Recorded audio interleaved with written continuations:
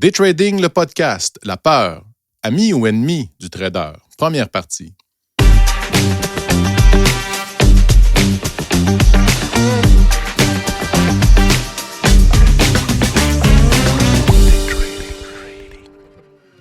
Bonjour à tous et à toutes. Aujourd'hui, on aborde un sujet particulier, un sujet qui concerne tout le monde, qu'il soit trader ou non, qu'on va vivre tout le monde à certains moments dans nos vies. Un sujet qui peut nous paralyser ou encore nous donner de l'énergie ou nous permettre de nous surpasser, tout dépendamment de notre personnalité, je crois. Il s'agit de la peur. Au moment où on enregistre cet épisode, Halloween approche tranquillement, puis c'est pas pour ça qu'on a choisi ce sujet-là, mais disons que ça donne bien, là. Le timing fait bien les choses. Il faut quand même vous rassurer, on va pas parler de vampires, de fantômes, on va bien parler de la peur qui vient nous visiter, des fois ou souvent, dépendamment pour vous, pendant qu'on trade ou lorsqu'on a des positions ouvertes sur le marché. Ça peut partir d'un petit doute, ça peut prendre de l'ampleur. Est-ce que ça peut avoir un lien avec notre enfance ou encore un traumatisme passé qui nous revisite? C'est ce qu'on va découvrir dès maintenant dans cet épisode-là. Comme à l'habitude, je suis en compagnie de mon ami François, alias Fuji Master. Comment ça va, mon ami? Ça va très bien, très bien. Et puis, j'ai hâte de développer sur ce sujet-là. Je crois qu'on va en apprendre beaucoup et c'est ça va être très intéressant. Et dans le fond, on a déjà jasé de ça, la peur, tous les deux, puis t'as quand même un rapport à la peur lorsque tu trades, malgré tes presque 3 décennies d'expérience. Ça ressemble à quoi, toi, la peur, quand tu vas placer une position ou être en mode trading?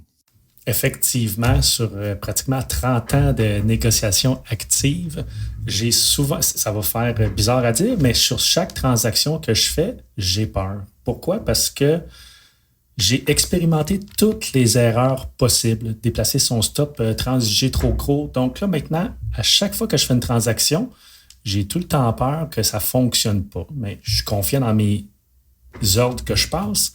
Mais le truc pour surmonter la peur, dans mon cas à moi, c'est d'être discipliné. Appliquer les ordres stop, contrôler ses quantités. Donc ça permet, dans mon cas à moi, de contrôler en partie ma peur. Mais bref, à chaque fois qu'on fait une transaction, puis je crois que c'est important, il ne faut pas avoir, en anglais, là, je vais le dire en français, il ne faut pas avoir trop de confiance en soi. Il faut avoir une certaine peur parce que ça nous permet, en bon québécois, là, de mettre les breaks des fois sur les transactions qu'on peut faire. Donc, moi, c'est ça la relation que j'ai avec la peur. Malgré mon expérience, j'ai souvent peur quand je fais une transaction. Mais je suis quand même confiant. Mais moi, je trouve ça rassurant parce que moi aussi, j'ai peur quand je fais une transaction. Puis de savoir qu'après ton expérience, tu as encore ça. Bien là, moi, je veux travailler à l'accepter, tu sais, puis qu'elle fasse partie. Puis là, on va apprendre plein de choses aujourd'hui qui vont nous aider à faire ça. Puis on a invité quelqu'un, en fait, qui connaît ça pas mal plus que nous et qui a quand même plus d'expérience que nous avec ça. Il s'agit du docteur Paul Simard, qui est psychologue d'expérience, qu'on a vu plusieurs fois à la télé, là, dans différentes émissions, puis qui se décrit comme une espèce de psycho-entrepreneur vulgarisateur qui cherche à aider les gens. Que j'ai beaucoup apprécié sa façon de se décrire. Donc, bonjour Paul, j'espère que ça va bien. Merci d'être là. Bonjour François, bonjour Patrick. Excellent. Est-ce que ma présentation te ressemble un peu? Est-ce que ça te colle à la peau? Je suis surpris à quel point ça me représente bien.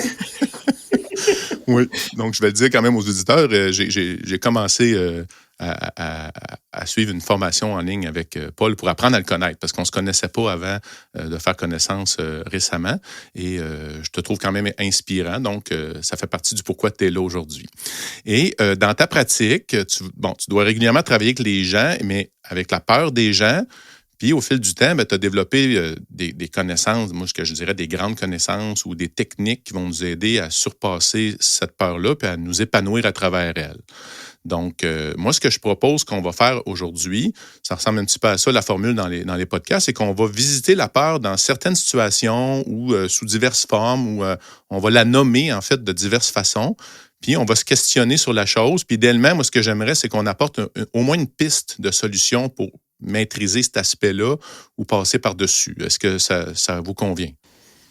Oui, bien, vous pouvez me challenger avec du contenu, là. Je vais vous faire l'équivalent de ce que je dirais à un client qui serait devant moi en direct. Moi, je suis constamment surpris par les questions des gens, donc je vais essayer de vous faire le même genre de compte-rendu que je fais à un client. Même si ici, bien sûr, ce sont des grandes généralités que je vais vous présenter. Ce n'est pas des conseils dans le particulier spécifiquement à appliquer pour vous, mais comprenez les choses que je vais vous dire comme étant des grands conseils généraux. OK, donc on va se retenir de se livrer ouvertement à tout le monde. On va quand même garder une petite gêne. Voilà.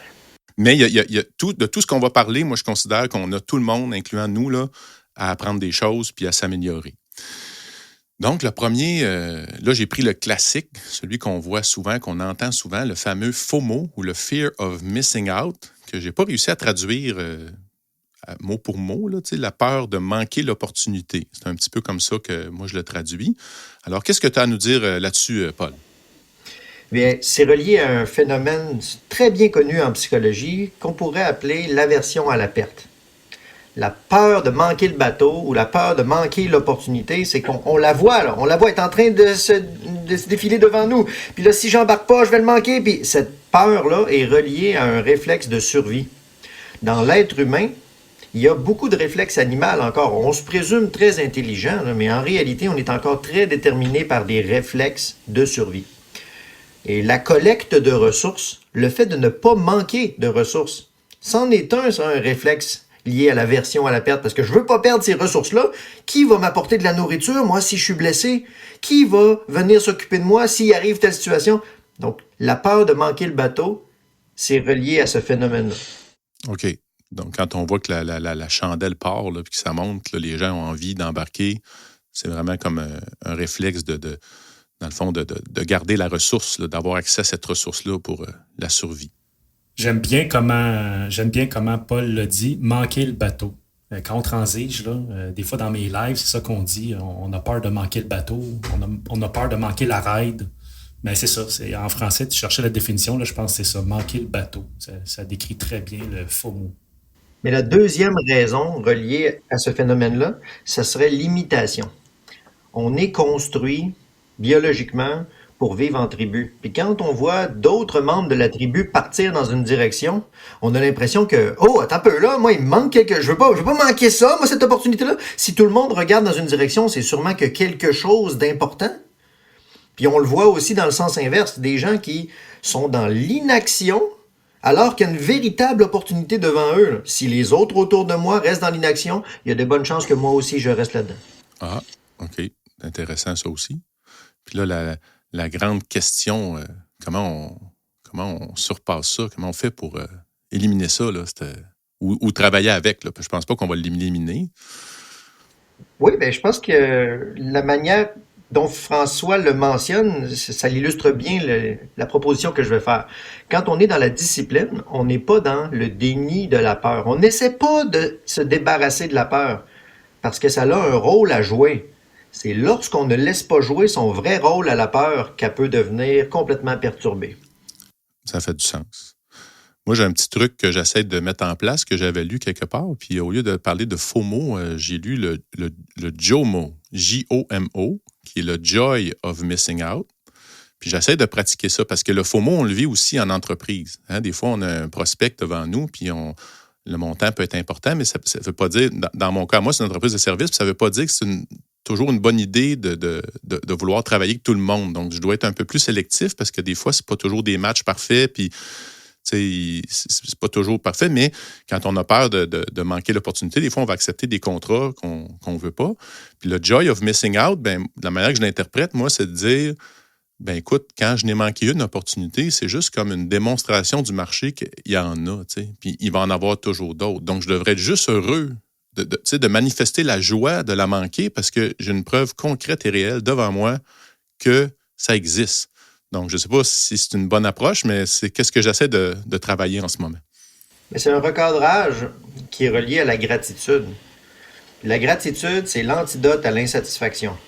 C'est juste une question de retourner son regard vers elle est où l'abondance en réalité. Puis là, on est vraiment dans un travail de mindset, de perspective par rapport à la réalité. Et c'est impossible de reconnaître cette joie-là si on est prisonnier du stress et de la peur.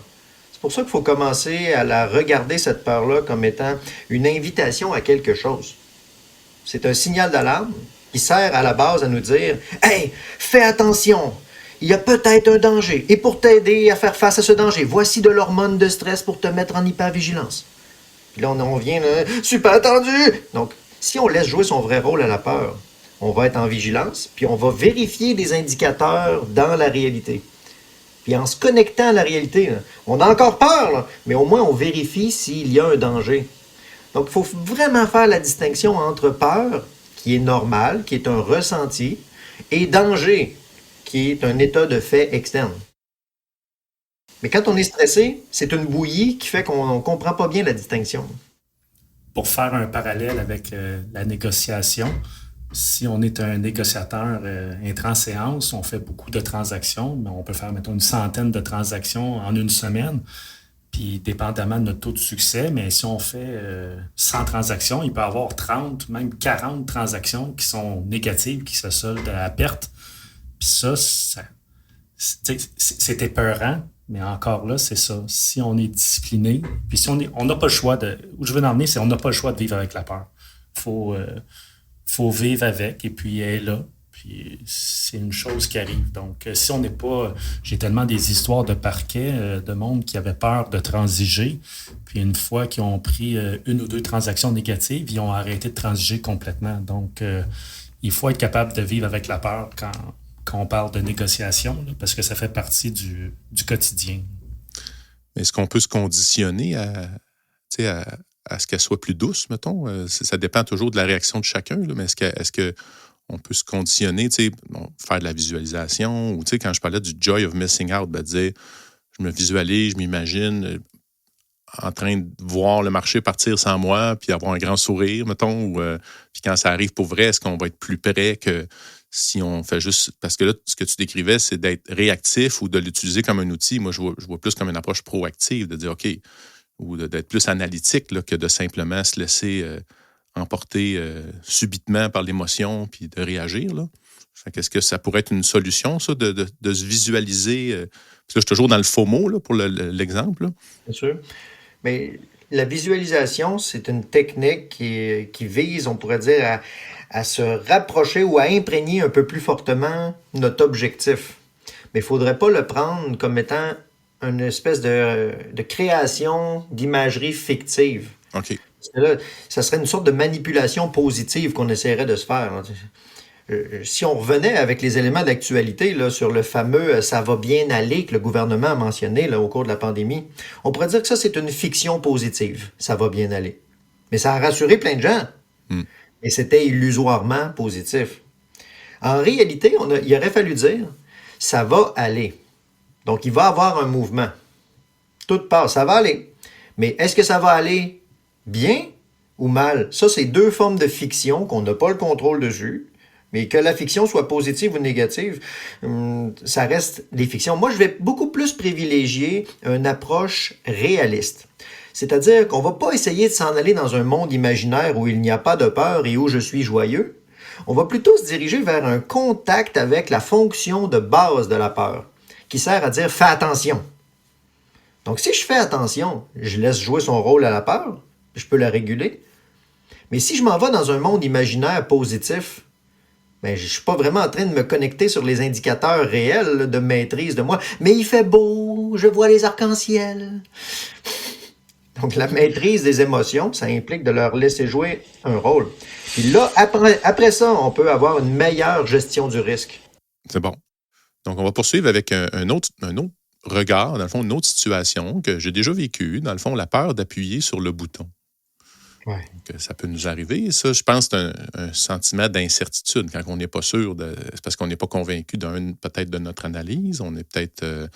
ou peut-être que le montant qu'on veut risquer est trop élevé pour nous. C'est des situations que moi, je travaille là-dessus en ce moment, d'être capable d'avoir des plus grosses positions pour être en paix, mais il faut peser à un moment donné sur le bouton. Puis il y a eu des moments où je n'ai pas pesé sur le bouton, puis j'avais peur, puis la trade était bonne, puis le marché a fait ce que j'avais planifié, même si j'avais aucune incertitude. Puis, dans le fond, ça m'est arrivé. Donc, ça a sûrement arrivé à des gens. Qu'est-ce que tu as à dire là-dessus, mettons, là, sur ce comportement-là? Bien, la peur d'appuyer sur le bouton, selon moi, c'est relié au doute excessif. Il y a des gens qui vont être paralysés à ce moment-là. Ils vont pas vouloir se compromettre. Donc, c'est en rapport avec la gestion du risque, avec la prise de décision. Puis, je vous dirais qu'il y a deux grandes manières psychologiques là, d'orienter le choix devant l'incertitude. Puis, ça a été bien étudié en psychologie. Là. La première condition, c'est lorsqu'on est face à un choix entre un petit gain assuré ou un grand gain, mais incertain. Donc, dans ce temps-là, la majorité des gens vont choisir le petit gain assuré. Mais quand on est devant une perte, là, c'est sûr que je vais perdre quelque chose. Puis là, on offre à quelqu'un, est-ce que tu veux une petite perte qui est sûre ou une grande perte probable? Bien, devant la perte, les gens vont choisir prise de risque la majorité du temps. Ah oui, comment ça se fait alors que devant la certitude de gagner, je préfère des miettes et devant la possibilité de perdre beaucoup, je préfère parier? Bien, on voit ici à quel point notre esprit est vraiment influencé par toutes sortes de mécanismes réflexes là, qui fait des grands raccourcis, mais qui n'ont rien à voir avec la logique. Là. Mais la peur d'appuyer sur le bouton, c'est que c'est pas le problème, ce n'est pas vraiment le bouton. C'est comment moi je gère l'incertitude à l'intérieur de moi et comment je peux percevoir le gain ou la perte. Et ça se travaille en lien avec notre maîtrise de nous-mêmes. Et ça demande tout qu'un recul là, pour dépasser de seulement les évidences. Et les évidences absorbent toute notre attention habituellement. Quand on voit les indicateurs bouger, les chandelles varier, puis là, je deviens obsédé des indicateurs externes. Mais en réalité, il y a quelque chose qui se passe à l'intérieur de nous. Je veux juste faire une parenthèse là-dessus. Tu parles, on regarde les graphiques, puis on devient excité. Puis on en avait parlé avec Patrick, puis on ne l'avait jamais développé là-dessus. Quand on transige... dans nos écrans, ça flash. Rouge, noir, pas rouge-noir, mais vert, rouge. Est-ce que ça peut avoir un effet? Parce que je connais des traders qu'eux autres, ils enlèvent que ça flash. Parce que des fois, ils peuvent se sentir comme influencés ou enlever les couleurs. Je ne sais pas si ça a le rapport. Je ne sais pas si ça peut influencer peut-être le visuel. Je ne sais pas comment le dire, mais ça peut-tu nous influencer dans notre prise de décision ou de... Tu sais, parce qu'il y en a qui comparent ça peut-être comme le casino. Tu sais, quand on va au casino, tu as des sons partout, des ding-ding-ding, puis les couleurs. Le monde compare souvent la bourse avec le casino. Puis quand je vois dans mes écrans, ça flash, j'ai dit, Colin, à un moment donné, je l'ai essayé, puis moi, j'aime mieux voir les couleurs, là, mais bref, tu sais, ça peut-tu avoir... Puis là, on fait une grosse parenthèse sur le sujet, là, mais... On pourrait en reparler plus tard, mais je trouvais ça intéressant de savoir si ça peut-tu avoir une influence sur notre prise de décision. Oui, c'est très intéressant. Ça a beaucoup été étudié en psychologie sur les jeux vidéo notamment. Et c'est relié avec les systèmes de récompense-punition. Pour certaines personnes, avoir des indicateurs qui flashent à l'écran, c'est une immense récompense. Mais par contre, ça peut être aussi une immense punition. Puis il y a des gens qui vont aimer avoir des gains ou avoir seulement les stimulations agréables du verre. Mais pour d'autres personnes, le fait de recevoir une petite punition avec un indicateur rouge va provoquer une réaction à l'intérieur de la personne là, qui va complètement la braquer, là, puis qui va faire en sorte qu'elle va basculer dans une espèce d'attitude vengeresse face au jeu ou face au marché. Mais est-ce qu'on a vraiment du pouvoir en se vengeant contre le marché? C'est là où on voit que notre esprit n'est pas fait pour vraiment trader à la bourse. À la base, il est fait pour vivre dans la savane. Puis là, on l'a extrapolé sur un fonctionnement en société, puis on l'extrapole encore plus sur un fonctionnement de trading. Donc, il est capable de se rendre jusque-là, mais il n'est pas fait pour ça à la base, notre cerveau. OK. Oui, c'est ça que le plus je t'entends parler, puis j'avais déjà... réfléchi là-dessus puis lu là-dessus, mais on est tellement vraiment pas fait à la base, l'humain, pour faire ça, que le défi au départ, le plus grand défi, c'est nous-mêmes. Il faut devenir la bonne personne. C'est incroyable. On poursuit avec une autre situation. Toutes ces situations-là, je me rends compte que je les ai déjà vécues. Donc, la peur de laisser courir notre profit. Ça, c'est quand même quelque chose. Je pense que ça mine beaucoup, beaucoup de succès là, potentiel. De couper ses profits. Hein, parce qu'on dit... On dit de laisser courir ses profits puis de couper ses pertes. Puis là, tu nous as démontré tantôt qu'on était prêt à laisser courir nos pertes parce que quand on perd, on est prêt à risquer une plus grosse perte pour juste pas perdre. Puis quand on choisit le petit gain versus l'assurance versus la possibilité de plus, c'est ça, dans le fond, là, ne pas laisser courir notre profit. Fait que, moi, tu sais, qu'est-ce qui me fait mal, mettons, là, quand ça arrive, là, tu sais, mettons, j'ai une cible, là, 2 pour 1, par exemple. Là, j'arrive, j'étais à 1,8 pour 1. Puis là, je dis, OK, mais là, si je suis mon plan, je le laisse aller jusqu'à 2, là, tu sais. Puis là, il reste juste 20 à aller chercher. Tu sais, il reste juste un petit morceau à aller chercher, puis le risque, il vient de tomber énorme. Fait que dans ce temps-là, je me mets à douter. Puis ça m'arrive, là, je le coupe. Ou des fois, ça dépend. S'il y a un événement économique, bien là, j'ai une raison extérieure qui dit, OK, dans mon plan, je vais aller couper ça, mais j'aimerais ça le laisser aller plus souvent jusqu'à mon profit. Mais j'ai peur. Donc, comment on travaille ça? Ça l'arrive, pour remédier à ça, il faut que ton ratio 2 pour 1 arrive durant la nuit. Comme ça, tu n'es pas devant ton écran et tu dors. Moi, ça m'arrive des fois aussi. Mettons un ratio 2 pour 1, puis exactement comme toi. Mettons, il reste un petit peu à aller chercher, puis je suis devant l'écran. Colin, souvent, je coupe ma position. Fait que ça fait un ratio de 1,6, 1,7, mettons, qui est très bien. Mais des fois, tu te réveilles la nuit, puis ça l'a fait ding à 2 heures du matin, puis ton ratio 2 pour 1 il a été touché, mais on ne peut rien faire, on dormait. Donc, il ne faut pas la regarder. Mais je ne sais pas. Non. Puis écoute, toi, tu parles d'un ratio 1,5, 2 pour 1, puis des fois, quand tu lis sur Internet, il y en a, c'est des ratios 3 puis 4 pour 1. Il faut être fait fort. Je ne sais pas comment ils font pour essayer de laisser courir leur profit comme ça.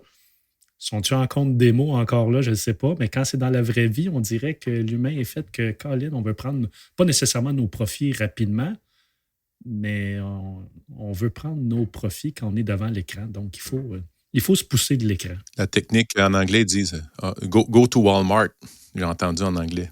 Tu trades, tu t'en vas faire ton épicerie, tu vas faire tes courses. Oui. Bien, ça l'arrive souvent, pas souvent, de temps en temps, quand je prends une position et je ne veux vraiment pas sortir, j'ai mis mon stop, je vais me promener dehors. Juste le fait de sortir 5-10 minutes, des fois la transaction, parce que je fais de l'intraday, là, en dedans de 5-10 minutes, j'ai sorti de ma position, soit scratch, break-even, ou avec mon ratio que je cherchais. Mais si je reste devant mon écran, je ne suis pas assez bien conditionné, ça a l'air, là, j'ai tendance à prendre mes profits un peu rapidement, un peu comme Patrick. Là. Mais bon, Paul va nous guérir. Alors, jeune Padawan expérimenté. Je crois que c'est relié avec le désir de contrôle. Puis plus on développe de l'expérience, on a tendance à vouloir contrôler de plus en plus de paramètres parce qu'on a des hauts standards. Mais le contrôle, il s'oppose un peu au lâcher-prise. Donc, la peur de laisser courir notre profit, on pourrait dire que c'est relié avec notre expérience du lâcher-prise.